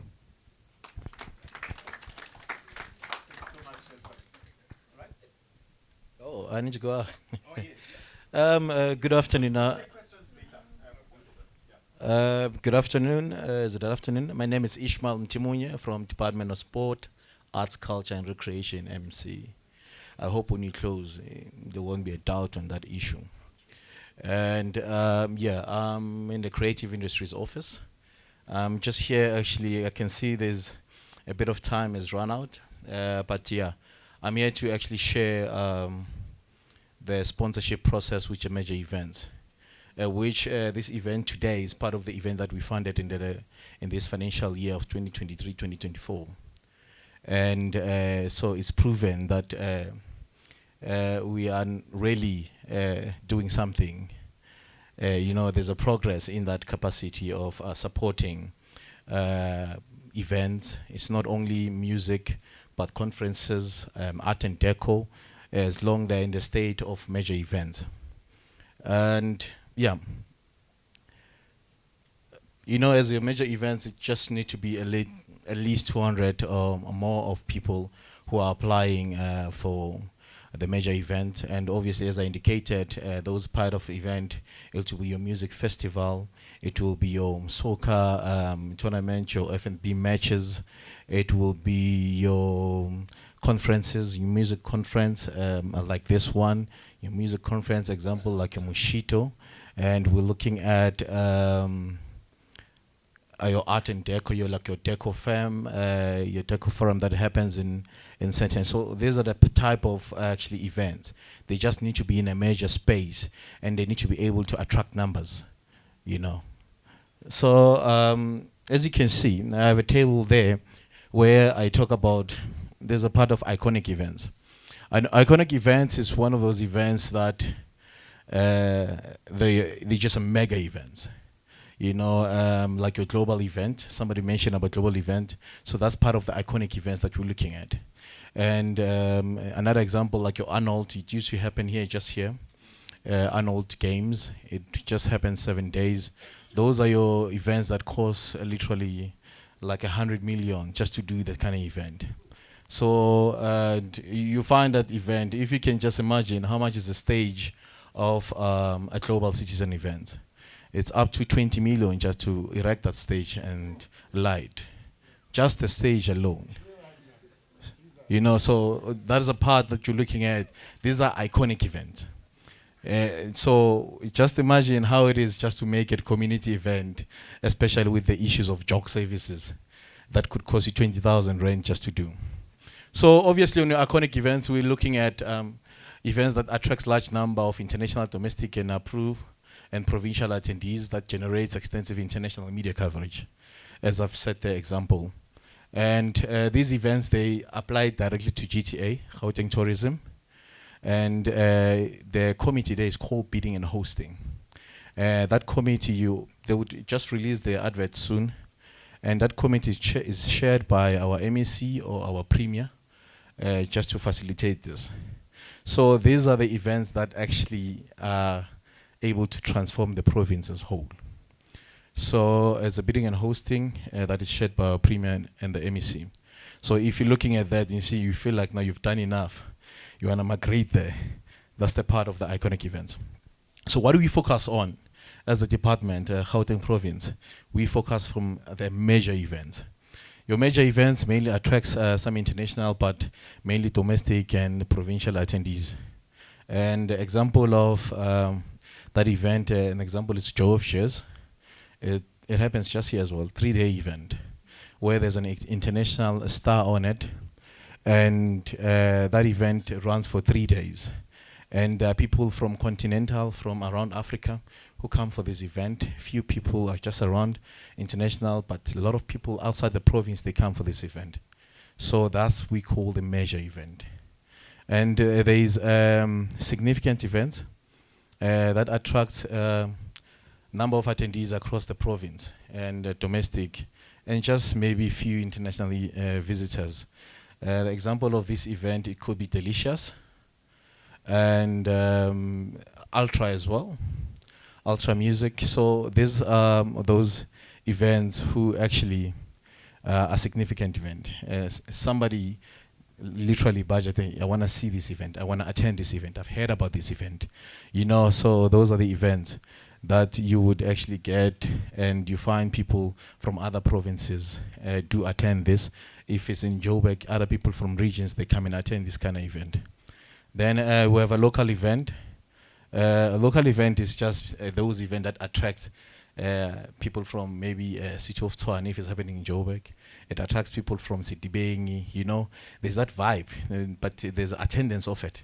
Then there's a huge aspect of that event. Example of those events, your Shimza one-man show. It gets that. There's that vibe. You're back to the city. You just wanna, let's do that. I wanna be in that back to the city event. But the vibe is more local and just more youthy. There's full of young people in those kind of events. But there's a vibe in that aspect. Then we have the last one. This small community event.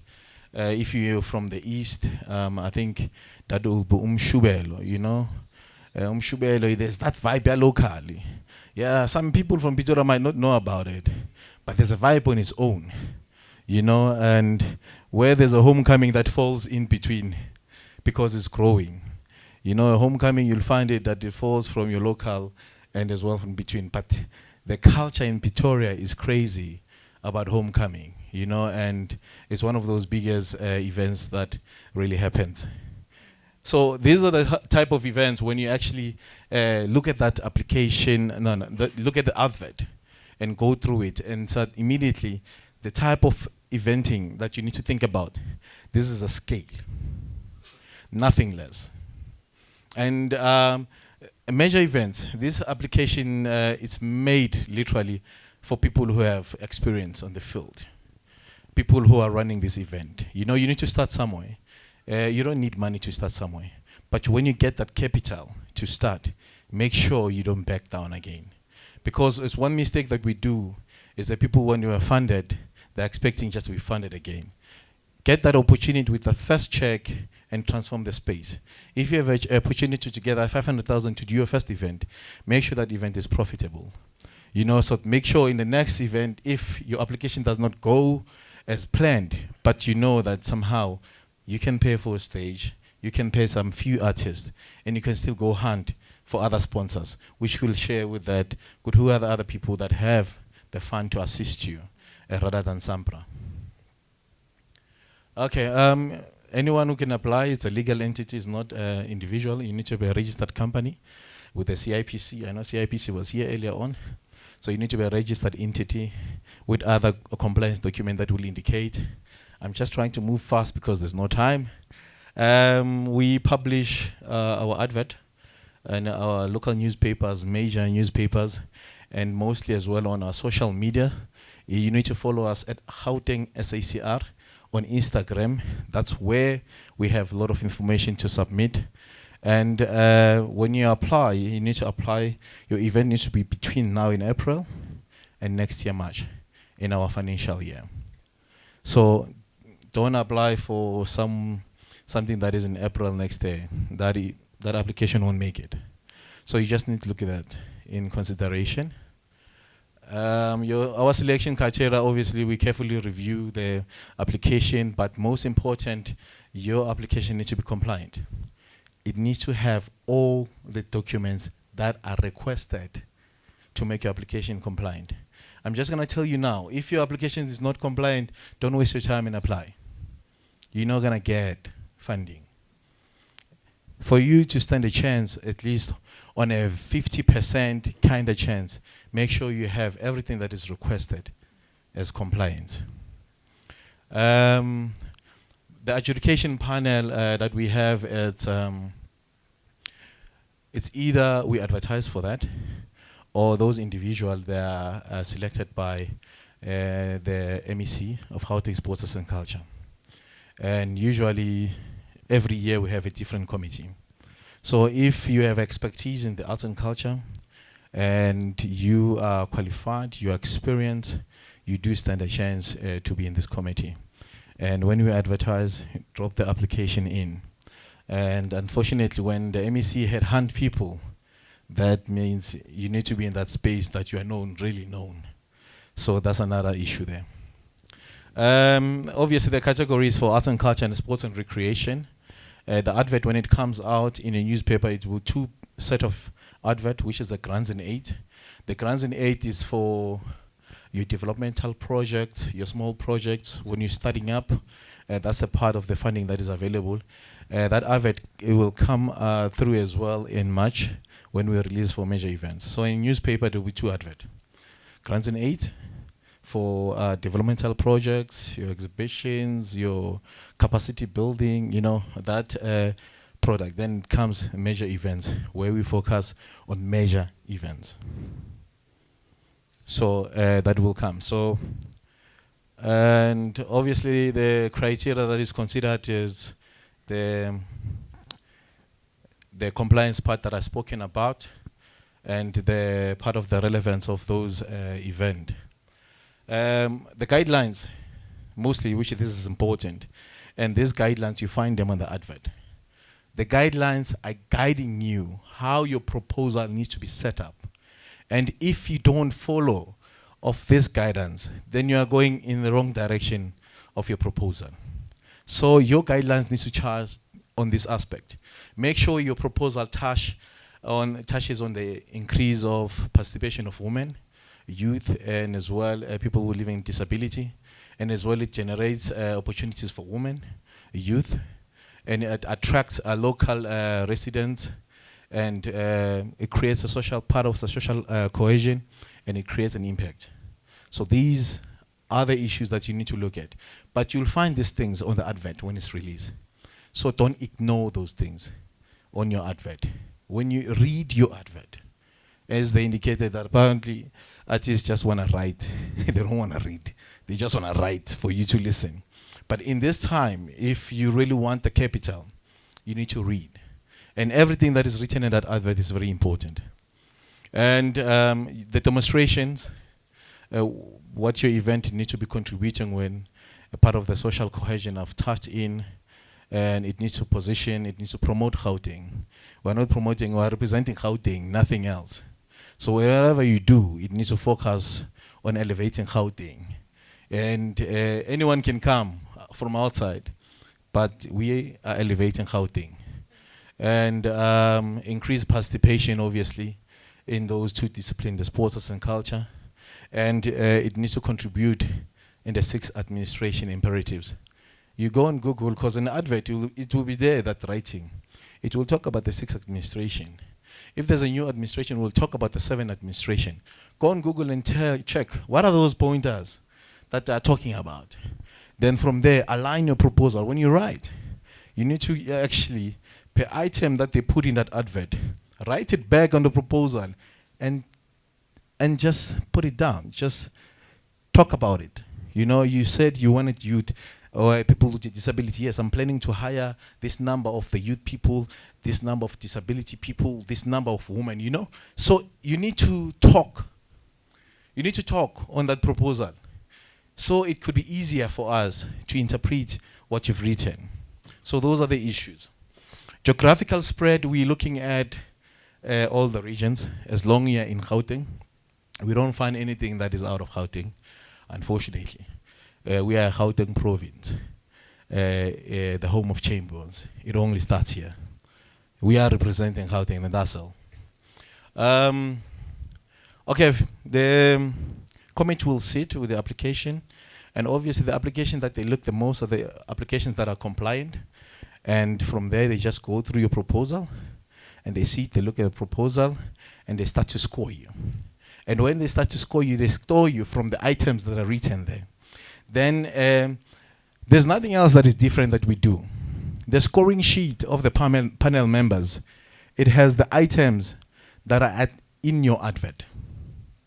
When they say your proposal must demonstrate the recruitment of youth and what, we get like in the proposal, is this person addressing this issue?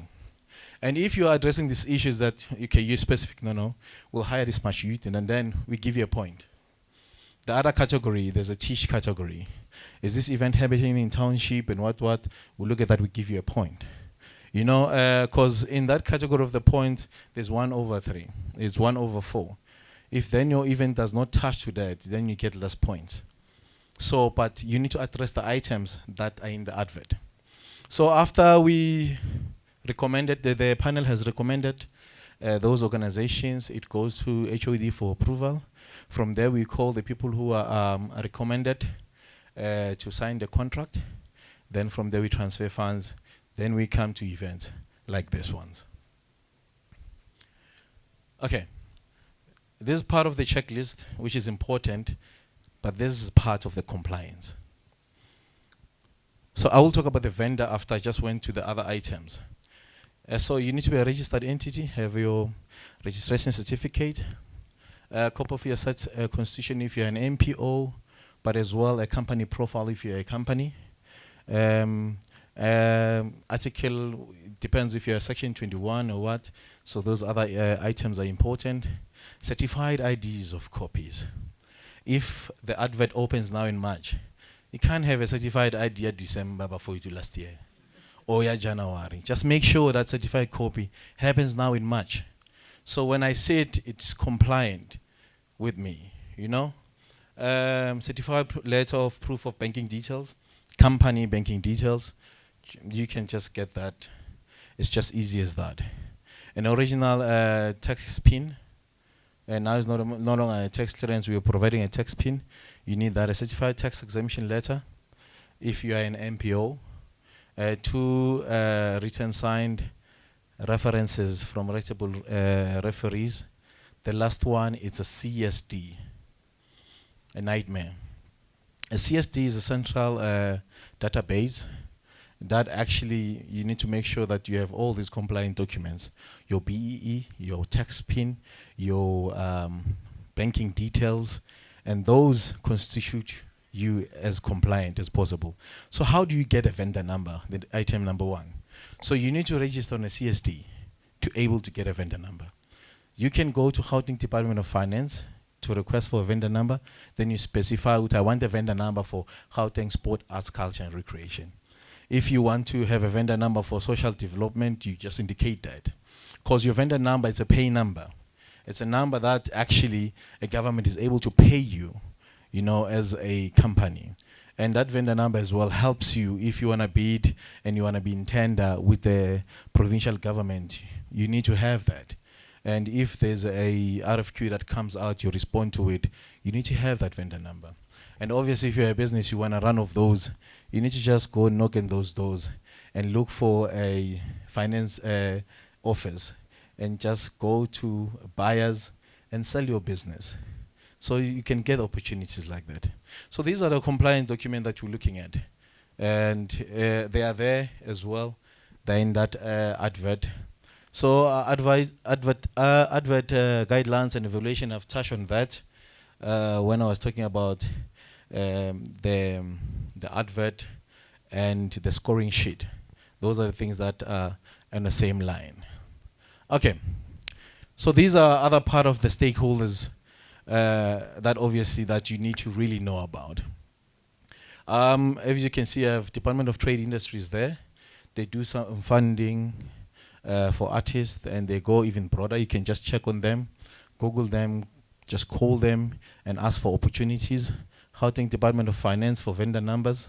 They assist on CSD as well. CIPC, obviously, for registration of the company. Your South African, the SARS, obviously for the tax PIN issues. Then we have Gauteng Economic Propeller. They assist as well on some funding there. BASA, which is Business and Arts South Africa, they assist on some funding as well. And other obviously of this organization, they want you to be affiliated with them. You need to affiliate with them. Gauteng Economy Propeller, BASA, then Mzansi Golden Economy as well. It will release their adverts soon. I think maybe after March. You need to check that as well. They sponsor event. The good thing about them, they cover even in other provinces. So you can actually apply for a tour if you're thinking like, I'm an artist, I've released and I just want to do some market access. They do assist on touring the whole province, the whole country. Yeah. And we have Vansa as well for visual artists.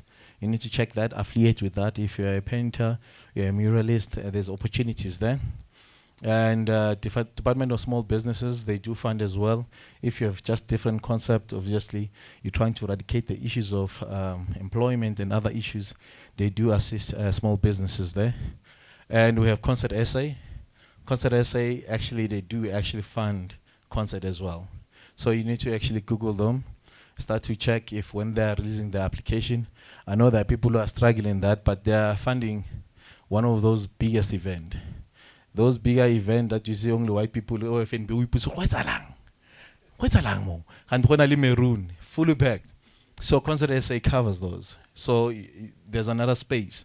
As an event organizer, you need to just go in that space. Arts and Culture Trust as well, you get affiliated with them. They do get some opportunities. And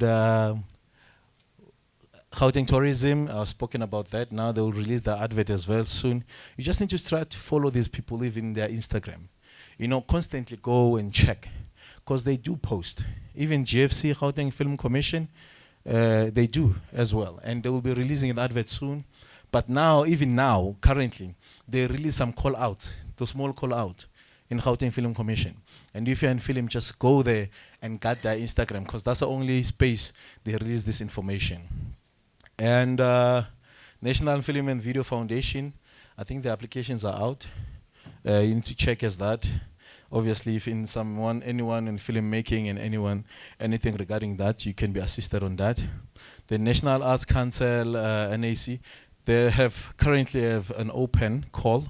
So it's closing now in March. So go on NAC, jump on that, and apply. And the important part, follow instruction. If they say cap is 350, don't apply for 370. They will reject you. Stay on 350 or less. So that is why it is important. The guideline of the advert is important. You miss something, you're gone, you're done. Then we have Sampra as well. They are releasing on the 26th, but they've touched base on that. So those are the things that you need to just go online, make your research. And I'm telling you, if you can package a proposal, you learn. I learned to package a proposal as well. No one taught me to package a proposal. But I learn, I look at the references. But another thing, I wish I'm going through proposals. Maybe that's why it was easy. Okay, if you're looking for a vendor number, just send me your CSD. It needs to be sure that it's compliant. Your tax is active. And the other stuff. This is my email address. This is my contact. Send WhatsApp, guys.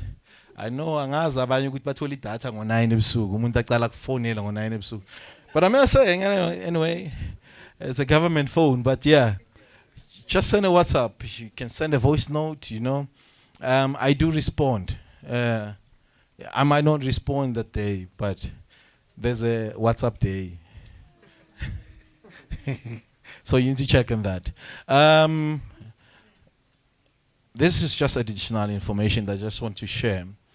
and obviously the office, the programs that we're doing in the performing arts, music and dance.